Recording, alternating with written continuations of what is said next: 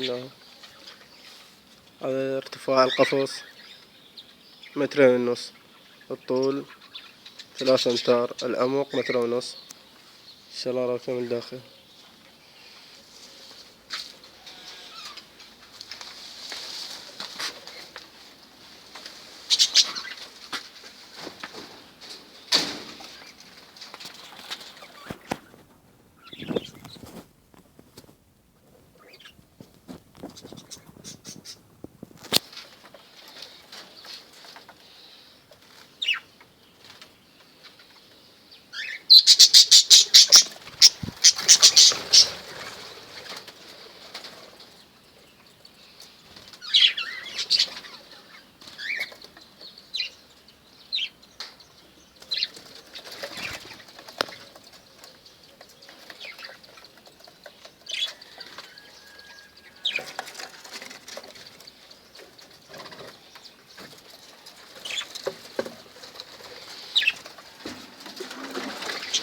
عشان يكون أفراغ إن شاء الله.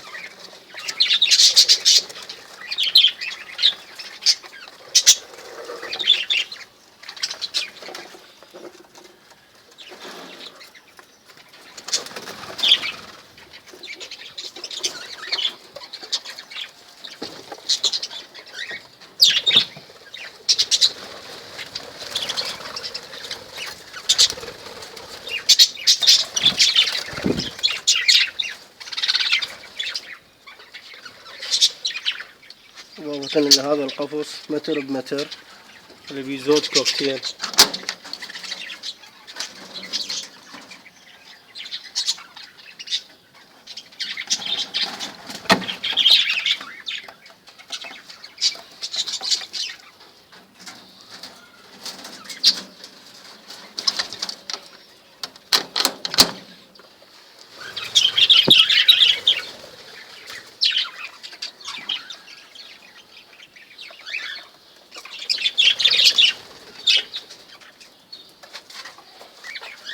وهنا الأكل مالتهم.